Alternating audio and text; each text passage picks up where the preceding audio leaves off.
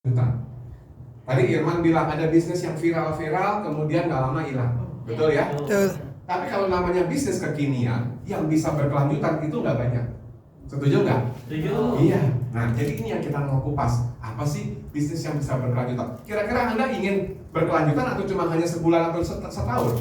Berkelanjutan. Kalau bisa 5 tahun, kenapa enggak 10 tahun, 15 tahun, 20 tahun, 50 tahun, 100 tahun kalau bisa. Betul? Bahkan Anda meninggal aja masih ada bisnisnya. Yap. Halo? Nah, itu namanya Lanjutan. Orang meninggal saja masih ada bisnisnya. Setuju nggak? Nah, itu namanya bisnis yang berkelanjutan, ya.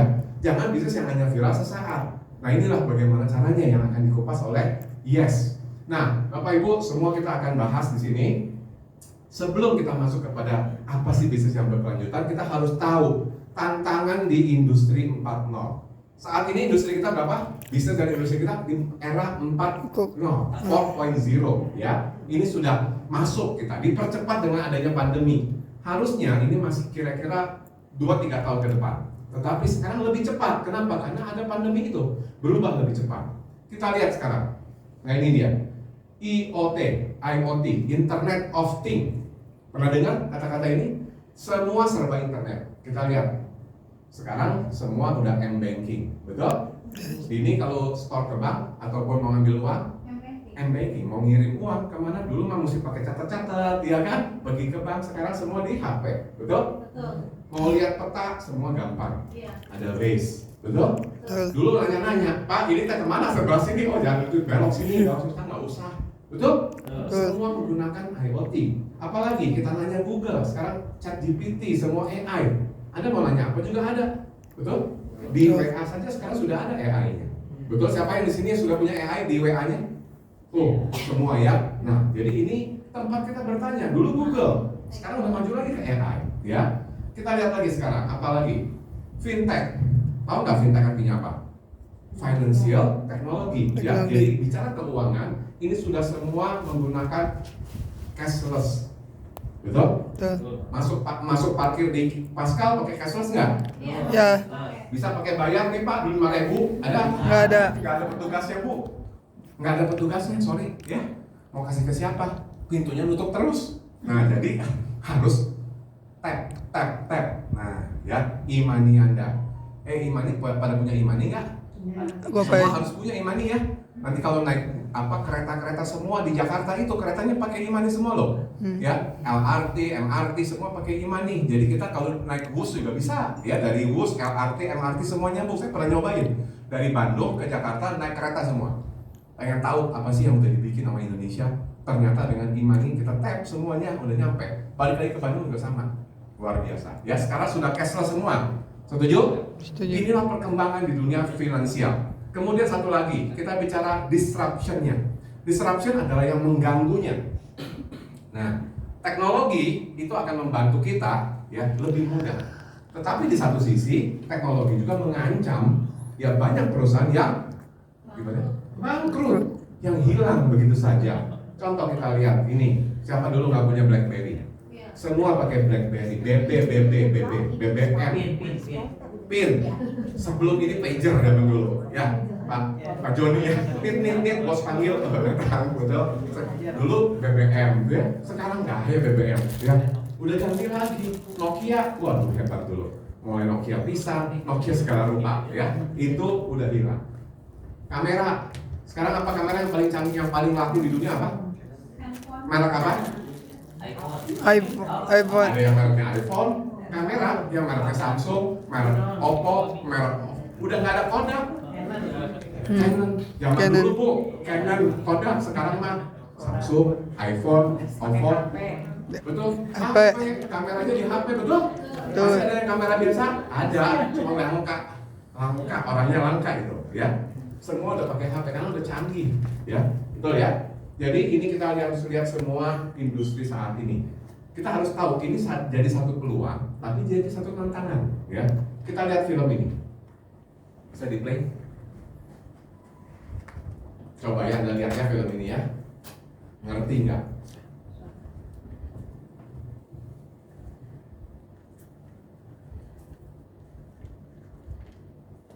Ya, apa-apa. Ini memang ada suaranya. Ih,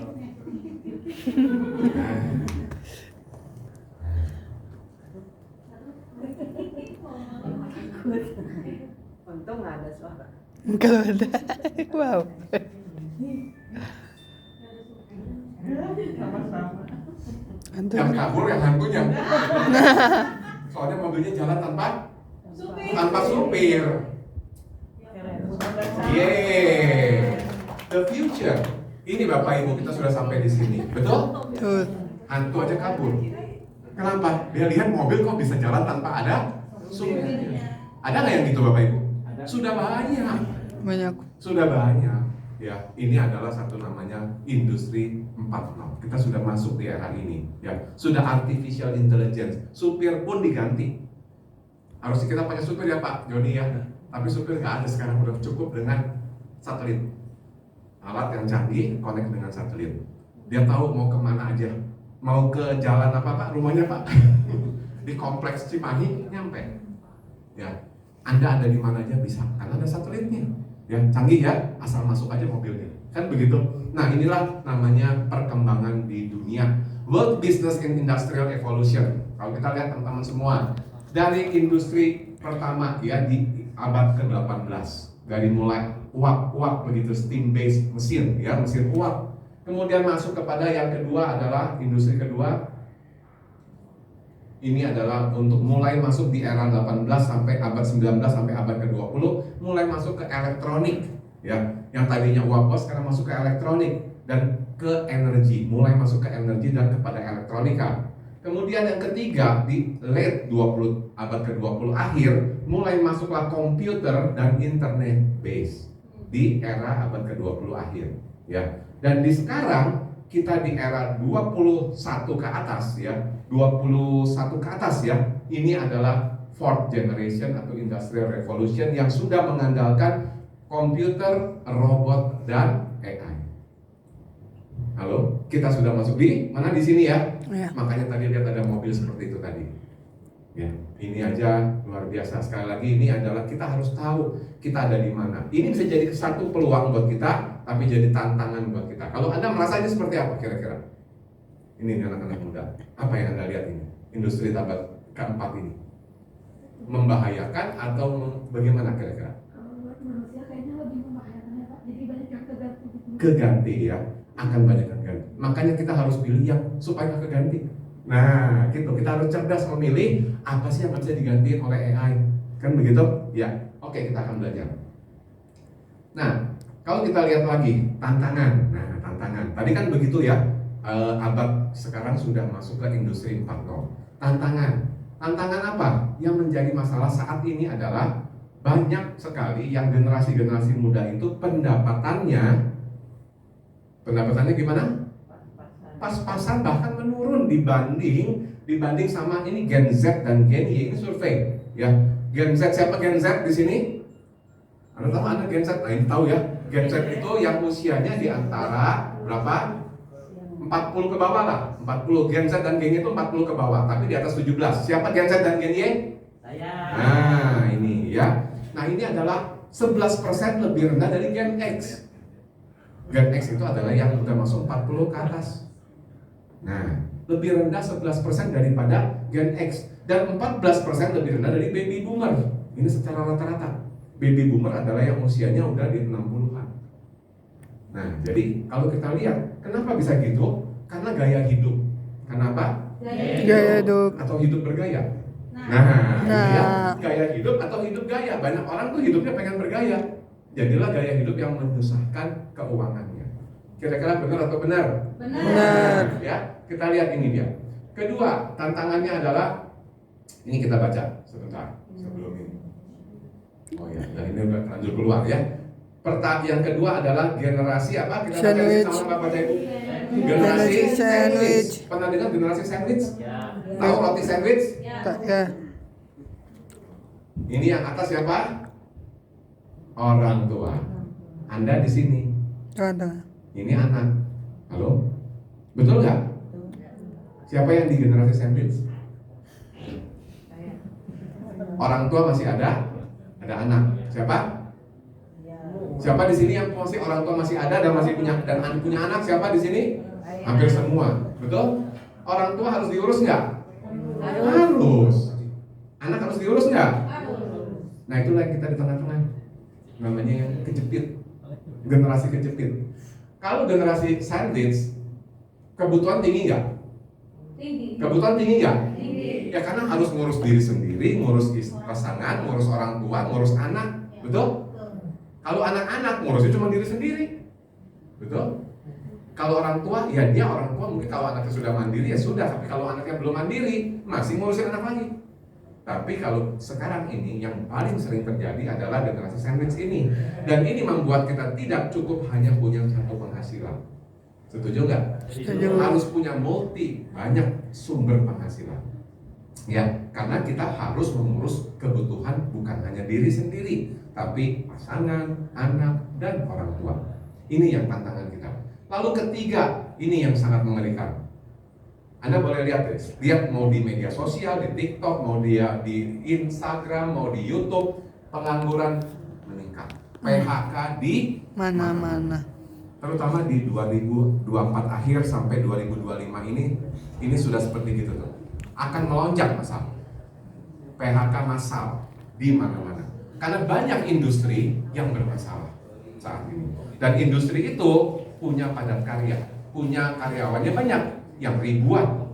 Sekali industrinya kolaps, pasti karyawannya pun diberhentikan. Sekarang efisiensi di mana-mana, termasuk pemerintah, betul? Pemerintah kemarin lagi viral kan? Ya. Pak Prabowo bilang efisiensi anggaran, betul? Meeting-meeting, perjalanan ke luar negeri, seminar-seminar di hotel diadakan. Pengusaha hotel teriak semua, karyawannya dikurangi.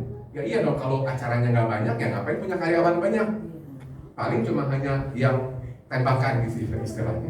Jadi ini luar biasa. Pemerintah sedang menganggarkan mengefisiensikan anggaran. Tentunya ini berdampak kepada pengangguran ini akan sangat meningkat. Ya. Mau pengangguran atau mau produktif? Produktif.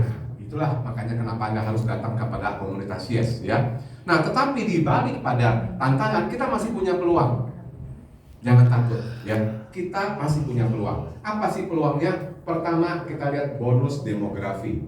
Indonesia ini punya bonus demografi tahun 2030, artinya 5 tahun ke depan. Berapa tahun lagi?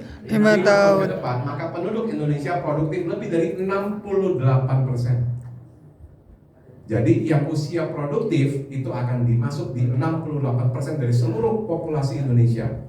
Ini pernah terjadi di Tiongkok ya kira-kira 20 tahun yang lalu. Sekarang giliran Indonesia yang mengalami ini. Jadi 68% produktif. Tapi yang mengerikan yang saat ini baru jadi pengusaha antara 2-3% saja. No, itu.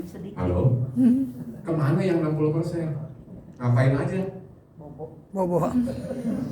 Usia produktif 68%, yang jadi pengusaha baru 2-3%. No 65% kemana? Main game, rebahan, Betul. TikTok.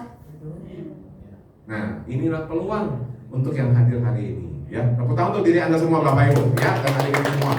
Ini peluang, ya. Jadi kita harus melihat, pandai, cerdas melihat. Kemudian kita lihat lagi. Ini dia, era kolaborasi. Sekarang sudah masuk era kolaborasi. Jadi Anda harus sadar ya bahwa ini satu era di mana kita harus berpartner. Ya, berkolaborasi itu artinya join partner. Kalau semua mau dibangun sendiri, ya. Siapa di sini pengen punya usaha? Saya. Saya. Mau pengen punya usaha. Ini yang Mas ini punya siapa namanya? Sandi. Sandi mau punya usaha nggak? Sangat mau. Tapi kalau sendirian tanpa berpartner, bukan didoain, dalam setahun 95% bangkrut. Kalau hanya kerja sendiri, modal sendiri, ngurus sendiri, semuanya sendiri, tidak berpartner dengan yang lain, 95% bangkrut di tahun pertama. Modal Anda habis. Jadi supaya nggak kena itu harus kolaborasi, harus berpartner. Nah inilah makanya Anda hadir hari ini ya. Kemudian kita lihat peluang ketiga apa? Kiki. Peluang ketiga adalah kita kesempatan sukses itu lebih cepat. Jadi yang kita lihat aja sekarang, yang usia sekarang miliarder usia belasan tahun. Betul? Ada yang di bawah 20 tahun sudah kaya raya? Ada nggak? Ada. Ada. Jangan jauh-jauh, di bisnis kayak ke Indonesia aja. Tadi Anda lihat itu? Ada video testimoni? Umur 18, 20 tahun, punya apartemen sendiri, ratusan juta. Tadi ada testimoninya? Dolar. Sudah punya dolar banyak. Usia-usia 20-an. Jadi Anda ini punya peluang untuk bisa sukses juga. Karena memang sudah saatnya. Dulu zaman dulu, istilahnya sebelum sekarang, itu yang udah mapan-mapan itu tuh 40 ke atas, Pak. Betul nggak? Betul. Sekarang yang mapan tuh nggak 40, belasan tahun. Cuma kalau nggak pakai ilmu, habis sebentar lagi. Ya. Betul nggak? Setuju nggak? Setuju. Uang banyak, kalau ilmunya kurang, nggak lama jadi bangkrut. Setuju?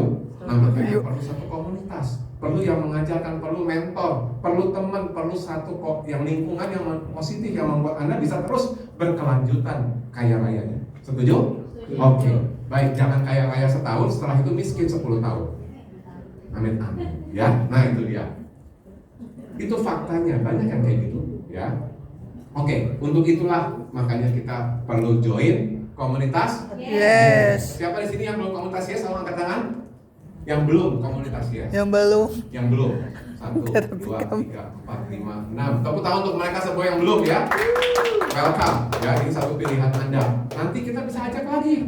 Sekarang ruangan ini nggak akan cukup nanti kalau Anda ajak teman-teman Anda semua, ya. Apa sih yes itu? Kita akan nonton satu video ya mengenai komunitas yes. Kalau diputar ya. Suaranya? Nah, ini harus ada suara ini. Coba dites. Oh.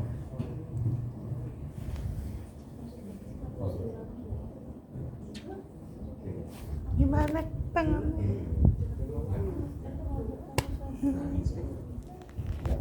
Oke, seperti play lagi.